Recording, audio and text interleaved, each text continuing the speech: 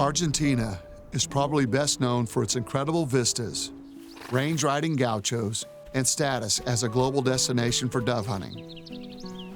But there's so much more to the story here, home to both native and non-native species that both require ongoing management and monitoring for effective conservation in the landscape. Hunting has become a controversial practice in modern times. My name is Dan Cabela, and I'm traveling the globe to explore the true impact that hunting is having on our remaining wild landscapes. This practice goes as far back as human history can remember, but does it have a place in modern conservation?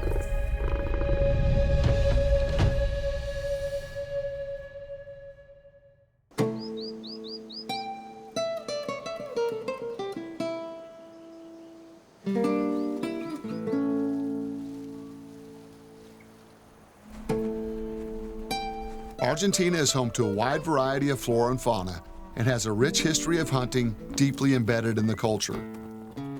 Many hunters visit the country each year in pursuit of the abundant dove and duck populations.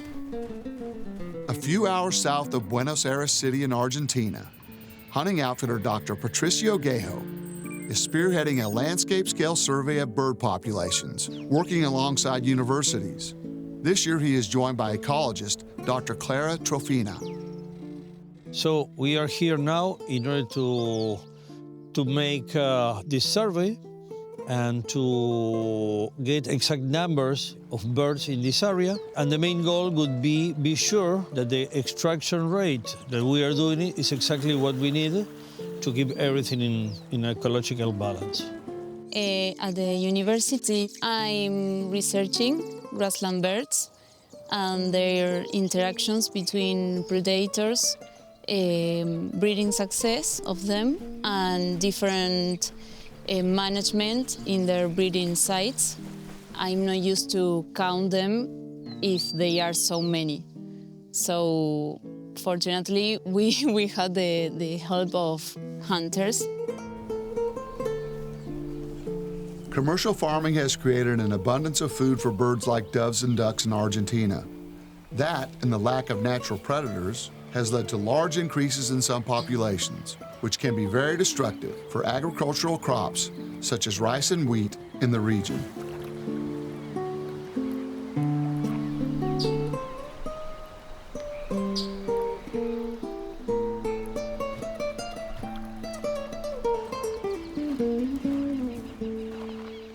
It's really a good morning for bird watching. Clara is using a specialized app on her phone to log and record all the data so it can be added to a national database. This information will be used by hunters and the authorities to better inform regional population management. I think we're done here. Okay, let's go. What was the total here? A lot. 150 ducks. 100? 150, Oh, over good. 150. Yeah, brother, for the size of this pond, it's Yes. more than okay. Historically, booms in duck and dove populations in Argentina impacted agriculture to the extent that farmers operated mass culls across the country, decimating the numbers. The old farmers, and I'm talking about the late 70s, the beginning of the 80s, decided to poison all the rice fields during the same moment. It cost the life of millions, literally millions of birds. It is a good example about what happens if you don't control the birds in a very wise and scientific way. It's not just ducks that are monitored through this program. Argentina's most iconic game bird, the perdiz, is also surveyed, but with a very different method. Perdiz is a sort of quail, bigger, is native from Argentina. Unlike with duck surveys, perdiz monitoring uses pointing dogs to locate and flush the birds. By working the dogs along specific transects in varying habitat types, the team is able to track population trends over time. The careful monitoring of the population allows hunting outfitters to ensure only harvestable surpluses are taken during a season.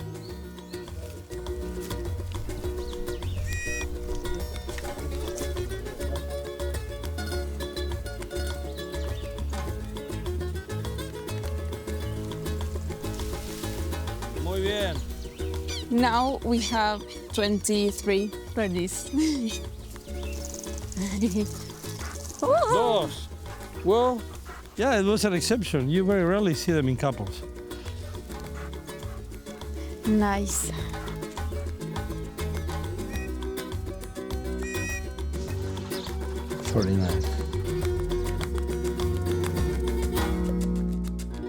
I believe when hunters work with science-based individuals or organizations, that much can be accomplished. It is through these partnerships that better understanding of conservation challenges can be achieved. And it is the science that has the greatest impact and helps us to better inform conservation decisions.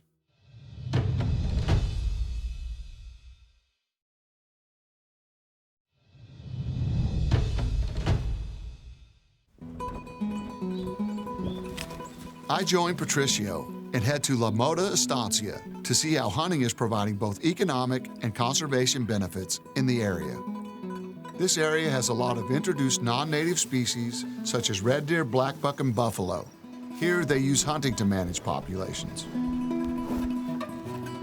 We've hardly come out of the lodge and we're already seeing game, so things are looking good and definitely looking forward to it. Happy to be in Argentina and ready to get this thing started. Today we are hunting black buck, which were brought to Argentina from India in the 1920s. With limited natural predators and without proper management, their population would grow out of control. Overpopulation impacts not only agriculture and native flora and fauna, but also the health of the black buck.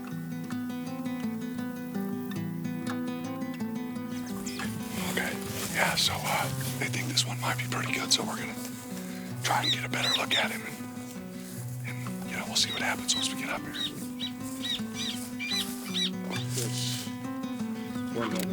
Yeah, tíralo.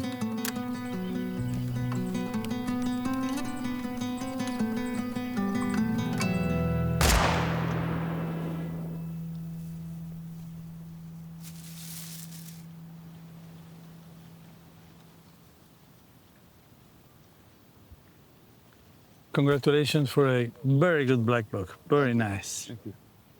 You are helping us to control them a little bit.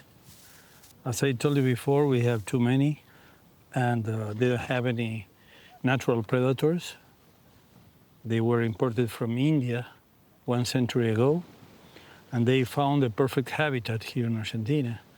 So basically, they thrive in each place that they were introduced. It's a pleasure to give you the chance to experience this because, as you have seen, it's very easy to find them, but not that easy to get close to them. No doubt there. You did a very good job.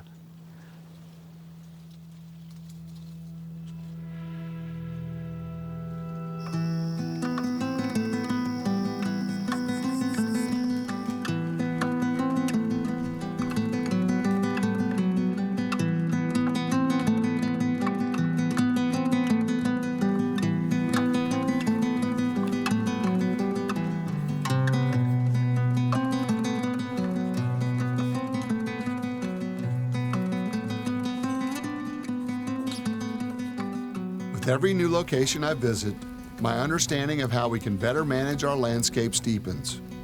I am forever eager to learn.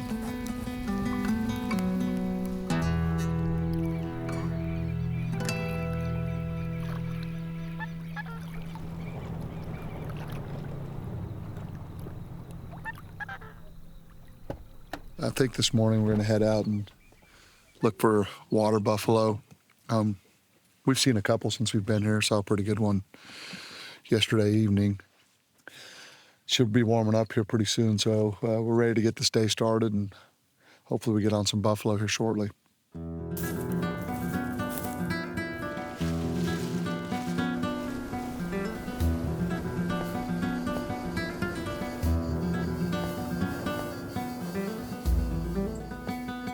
Definitely not a shortage of mosquitoes here either. Getting hammered.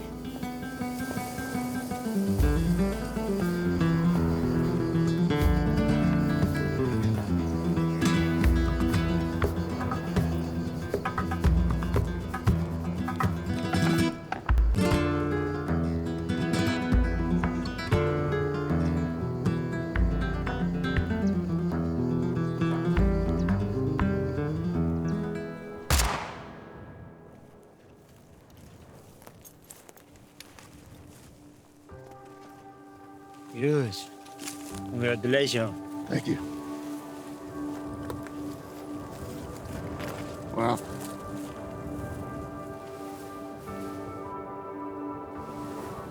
This is probably the biggest one of these I've seen. I am humbled by the sheer size and beauty of the animal that lies before me.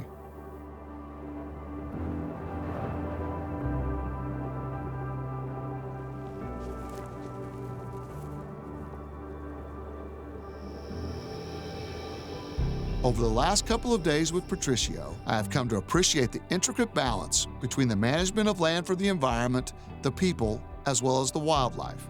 And it feels good to play a small role in this.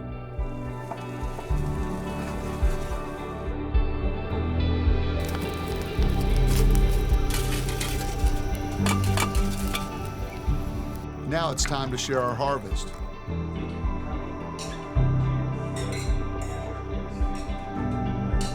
The meat is delicious and excellently prepared. I'm thankful to experience this meal with great Argentinian wine alongside my newfound friends.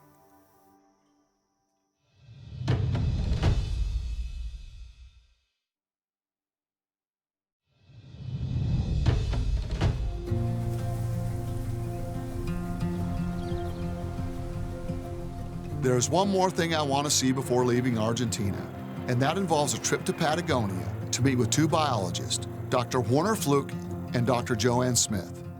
In 2022, they created a center to research and conserve the endangered Huemul deer, which is native to Argentina and Chile. So far, it's been a great success, and they are hoping to learn enough about the species to save it from extinction.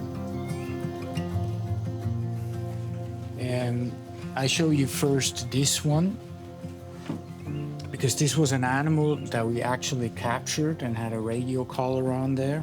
This animal also is not very old, based on the fact that these areas of different bones, the joints fuse in time, and here they are still totally unfused. You can also still see that the wear is not very progressed. It's like not a very old animal, plus the non-fusion.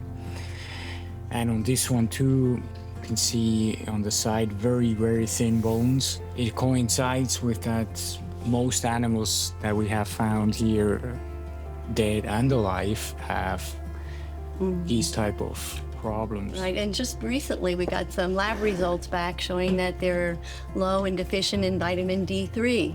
And we know with humans, it's a discovery that in nutrition that humans need D3 for bone development, and it works with vitamin K and of course calcium. So if they're all deficient in D3, not only is their immune system compromised, but they're also going to affect their bone development. An animal that makes it to adults and breeding should be making it at least to 12 and beyond.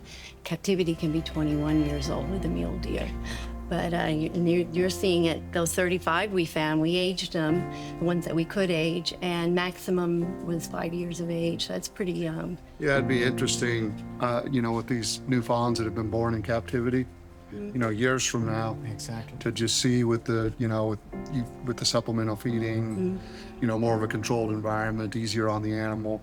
It'd be interesting to see if there is a difference or if it's Right. still the same. Just something else going on there. Yeah. Since the Huemul are so elusive, they are incredibly difficult to study, and the exact cause of the mineral deficiencies is still being researched. How many Huemul do you estimate there still are in the wild? No more than 2,000, more likely probably 1,500. That's in both Chile and Argentina combined. Werner and Joanne are taking me to see the Huemul. All the adults have tracking collars on them, so Werner is using telemetry to guide us to where they are. The area has plenty of cover, so they may be difficult to spot, even if we know where to look. I'm really hoping that we can find one of them.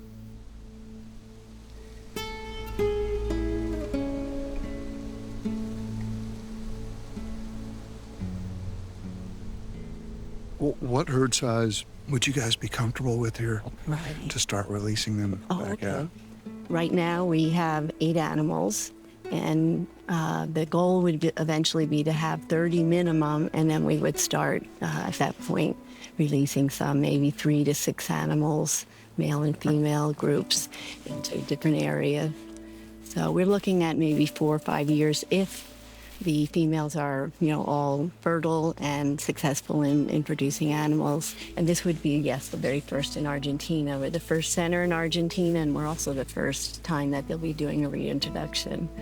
So it's pretty monumental. So all these years of hard work, hopefully in the near future, it's all going to pay off. Yeah, that's our wish, that's our dream. And we've been dreaming it a long time, and so we stuck with it. It better happen. Yeah.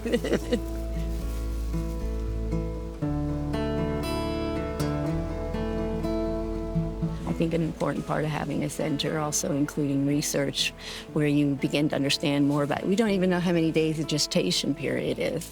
We're still guessing, basic biology. Sure. We should understand this. We need to understand it, especially if we're going to have other centers opening in Argentina, Chile in the future. And there are people now interested in opening their own centers. So this could be a way that, we can give them all this information. That's great. Exciting times for sure. That was unbelievable. Yeah. I mean, it's been a really awesome evening. I didn't know we'd get that close to him. I'm really happy Can't thank you enough for he didn't take off allowing me to see this. This is amazing. All right, I'm glad you could come. Really nice to have you here.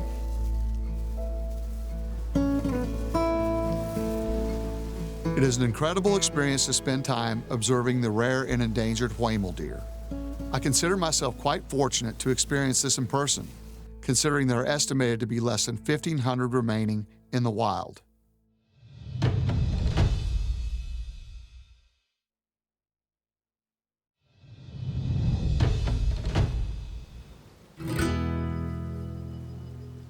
Werner and Joanne have one more surprise for me before I have to fly back home. They have located one of the does with a fawn, and I am thrilled to experience something this special and rare in person.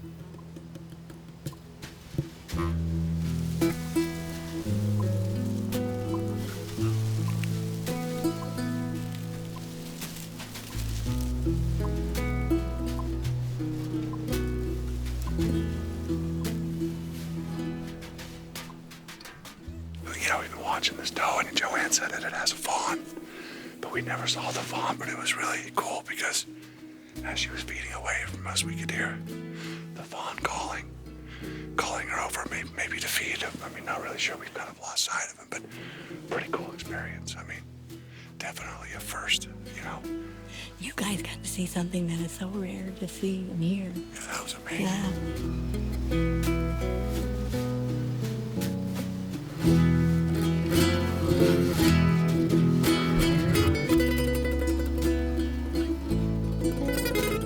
If I have learned one thing from my trip, it is that conservation needs passionate people with a true care for nature.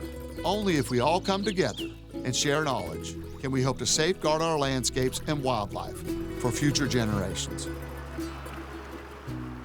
Argentina has strong historical and cultural ties to hunting and conservation. This became apparent almost everywhere we traveled across the country.